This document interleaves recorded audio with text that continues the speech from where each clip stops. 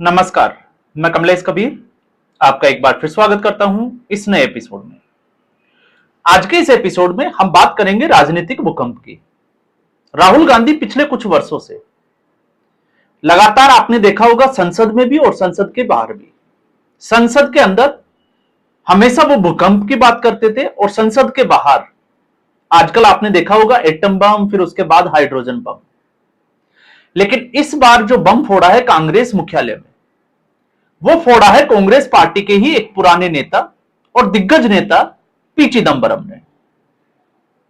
और ऐसे समय पर फोड़ा है जब भारत और पाकिस्तान का बीच जो रिश्ते थे, जिसमें पहलगाम अटैक के बाद ऑपरेशन सिंदूर हुआ और ऑपरेशन सिंदूर की जो यादें थी और पाकिस्तान के जो गहरे घाव थे, वो एशिया कप में उभर उभर कर सामने आ रहे थे।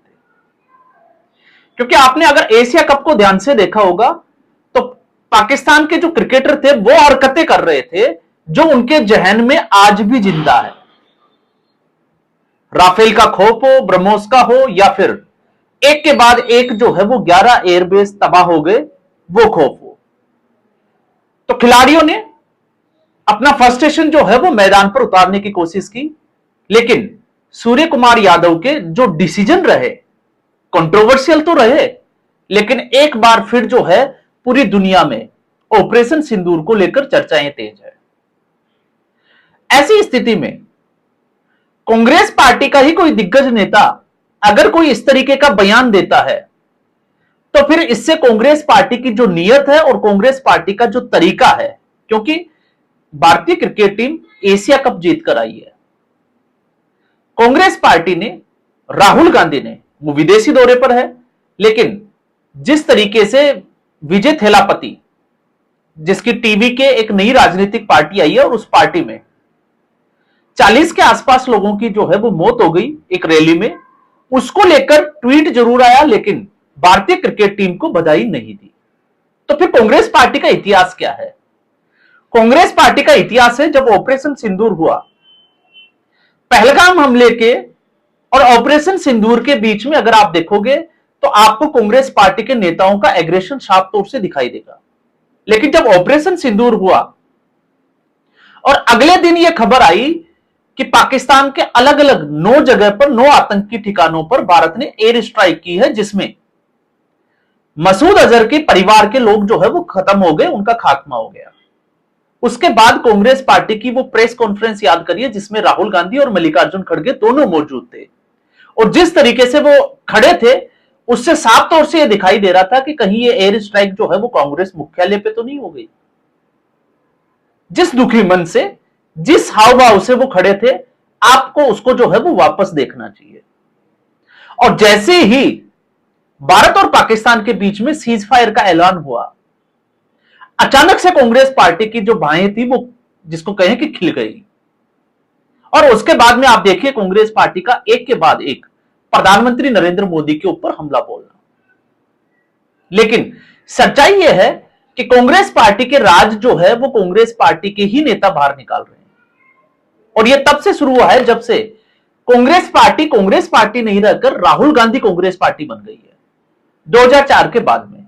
2004 के बाद से जिस तरीके से प्रणब मुखर्जी ने अपनी एक किताब लिखी, अपनी ही उस ऑटोबायोग्राफी में जिस तरीके से कांग्रेस पार्टी को लेकर कई बार जो है वो खुलासे किए, जिसमें एक, क्योंकि इस वक्त हमारे जहन में ताजा उदाहरण है नेपाल में तख्ता पलट का।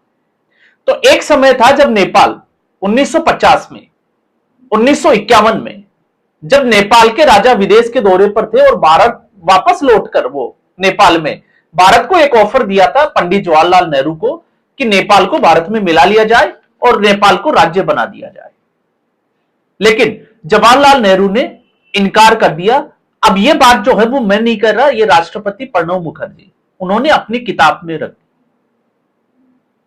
इसके अलावा याद करिए एक दौर था 2006 से लेकर 2008, फिर चाहे वो मालेगांव का ब्लास्ट हो, समझौता एक्सप्रेस का ब्लास्ट हो, या फिर 26/11 का आतंकी हमला हो। मालेगांव ब्लास्ट जिसमें साफ तौर से आपको दिखाई देगा कि किस तरीके से एक आतंकवाद की नई थ्योरी गढ़ने की कोशिश की गई। और ऐसा नहीं था कि इसमें सिर्फ और सिर्फ कांग्रेस पार्टी ही शामिल थी, इसमें हिंदू संस्कृति और सनातन संस्कृति को मानने वाले बहुत सारे जयचंद भी शामिल थे, जिसमें एक थे इस वक्त के शंकराचार्य अभिमुक्तेश्वरानंद के गुरु स्वरूपानंद, जिन्होंने 2002 में अगर आप देखोगे तो सोनिया गांधी के साथ 3 शंकराचार्यों की मुलाकात कराई और मध्य प्रदेश के दिगोरी में एक मंच को साझा या शेयर भी किया। कारण क्या था? विश्व हिंदू परिषद और आरएसएस के बढ़ते हुए प्रभाव को कमजोर करना। तो ऐसा नहीं है कि कांग्रेस पार्टी ने अकेले दम पर जो है वो ये पटकथा लिखी। इस कांग्रेस पार्टी के साथ कुछ ऐसे लोग भी थे जो आज इस संस्कृति के ठेकेदार बनने का दावा करते हैं। तो फिर 2006 में मालेगांव, उसके बाद में आपने देखा जिस तरीके से एक के बाद एक जो है वो हिंदू संस्कृति से जुड़े हुए लोगों को गिरफ्तार किया गया, जिसमें एक थी साध्वी प्रज्ञा। इसके अलावा समझौता एक्सप्रेस, तो समझौता एक्सप्रेस के समय पाकिस्तान को क्लीन चिट दी गई, जबकि साफ तौर से दिखाई दे रहा था कि इसमें पाकिस्तान का हाथ है। और फिर उसके बाद में अजमल कसाब का किस्सा तो आपको याद ही होगा, 26/11 ताज होटल से लेकर अलग अलग स्थानों पर मुंबई में अलग अलग आतंकवादियों के द्वारा हमले किए गए और लगभग 175 लोगों की जान चली गई। अब यहां पर स्थिति यह थी कि कसाब अगर जिंदा नहीं पकड़ा जाता तो उसकी आइडेंटिटी एक हिंदू आइडेंटिटी होती, और आज हम बात कर रहे होते हिंदू आतंकवाद या भगवा आतंकवाद की। और चिदंबरम ने, क्योंकि चिदंबरम इस हमले के बाद ही गृह मंत्री बने थे, और अब जो गृह मंत्री चिदंबरम, जो तत्कालीन गृह मंत्री थे, उन्होंने जो खुलासा किया है, इससे तो यह साफ तौर से लगता है कि यह हाइड्रोजन बम जो है वो कांग्रेस मुख्यालय में ही फोड़ दिया गया है। और खुलासा क्या किया है आपको यह जानना चाहिए, जरूरी भी है। पी चिदंबरम ने कहा है कि उस वक्त भारत सरकार और मेरे मन में एक विचार आया था, क्योंकि उस वक्त प्रधानमंत्री थे मनमोहन सिंह। तो मनमोहन सिंह नाम मात्र के प्रधानमंत्री थे, जबकि सारी की सारी सुप्रीम जो पावर्स थी वो सोनिया गांधी के पास थी। तो पी चिदंबरम का खुद का कहना यह है कि उनके मन में एक विचार आया था कि पाकिस्तान के ऊपर सैन्य कार्रवाई करनी चाहिए, लेकिन हम लोग नहीं कर पाए, मतलब कांग्रेस पार्टी नहीं कर पाई। क्यों नहीं कर पाई? क्योंकि कांग्रेस पार्टी के ऊपर विदेशी ताकतों का दबाव था। तो जो आज नरेंद्र सरेंडर की बात करते हैं, यह उनके खानदानी जो झोला है, जो 1947 से उनके पास में पड़ा है, उस झोले में ऑलरेडी जो है वो इस तरीके की चीजें पहले से ही पड़ी है। अब समस्या यह है कि उस झोले को कोई दूसरी पार्टी का नेता हाथ नहीं लगा सकता, क्योंकि वो कांग्रेस पार्टी के पास है। तो इस ऐसी स्थिति में उस झोले में से इस तरीके की जो चीजें हैं वो सिर्फ और सिर्फ कोई कांग्रेसी ही निकाल सकता है। तो इस बार भी इस एक कांग्रेसी ने ही ऐसा धमाका किया है, और इस बार है पी चिदंबरम। और इसके आगे अगर आप देखोगे तो आप देखिए कि भारत को रोकने के लिए, सैन्य कार्रवाई से रोकने के लिए पी चिदंबरम बोलते हैं कि अमेरिका की विदेश मंत्री उस वक्त की कोंडोलीजा राइस वो भारत में मिलने तक आई। अब आप सोचकर देखिए कि सरेंडर किसने किया और किसके दबाव में आकर किया। तो कांग्रेस पार्टी अपने जो कारनामे थे उनको छुपाने के लिए, एक तरीके से हम कहें कि 2014 के बाद क्या बदला, तो अब आपको समझ में आ रहा होगा कि 2014 के बाद में क्या बदला। और जो 2014 से पहले के जो हालात थे, ऐसा भी नहीं है, क्योंकि हम लोग भी धैर्य को खो देते हैं। समय का इंतजार करना चाहिए, क्योंकि कुछ बदलाव जो है वो समय सीमा में बंधे हुए नहीं होते, उनको समय लगता है। तो ये कांग्रेस पार्टी का इतिहास है। और आज की स्थिति में पी चिदंबरम के इस बयान के अलावा एक बयान की और अगर हम बात करें तो केसी वेणुगोपाल, राहुल गांधी के चारों तरफ मधुमक्खियों का एक छत्ता, जिसको हम वामपंथी मधुमक्खियां कह सकते हैं। केसी वेणुगोपाल जेपीसी में एक जो मसौदा था, अमित शाह ने, आपको पता ही होगा, मानसून सत्र में एक बिल पेश किया था, 131वां संविधान संशोधन, और उसमें सीधे तौर पर प्रधानमंत्री से लेकर मुख्यमंत्री और मंत्रियों तक की बात की थी कि कोई भी संवैधानिक पद पर काबिज व्यक्ति अगर जेल जाता है और 30 दिन तक अगर उसको जमानत नहीं मिलती है तो उसका पद स्वतः ही जो है वो चला जाएगा। अमित शाह ने ये संसद जो है वो ये बिल जो है वो लोकसभा में पेश किया और उसके बाद जेपीसी में भेज दिया। तो इसके खिलाफ टीएमसी, अखिलेश यादव, आम आदमी पार्टी और डीएमके, चारों पार्टियों ने इसका बहिष्कार किया। आम आदमी पार्टी की समस्या तो आप समझ सकते हैं क्योंकि अरविंद केजरीवाल खुद जेल में रहकर आए थे। लेकिन कांग्रेस पार्टी का उस वक्त का स्टेटमेंट अगर आप देखोगे तो स्टेटमेंट यह था कि वो इसका बहिष्कार नहीं करेगी। भारतीय जनता पार्टी को जो मनमानी कर रही है उसको रोकने के लिए वो जेपीसी में शामिल होगी। लेकिन बिहार चुनाव से पहले कांग्रेस पार्टी की आज ये स्थिति हो गई है कि कांग्रेस पार्टी ने अपने इस वक्तव्य से यू टर्न मारा है और अब कांग्रेस पार्टी इस जेपीसी में शामिल नहीं हो रही है। यह आज की जो है वो सबसे बड़ी खबर है।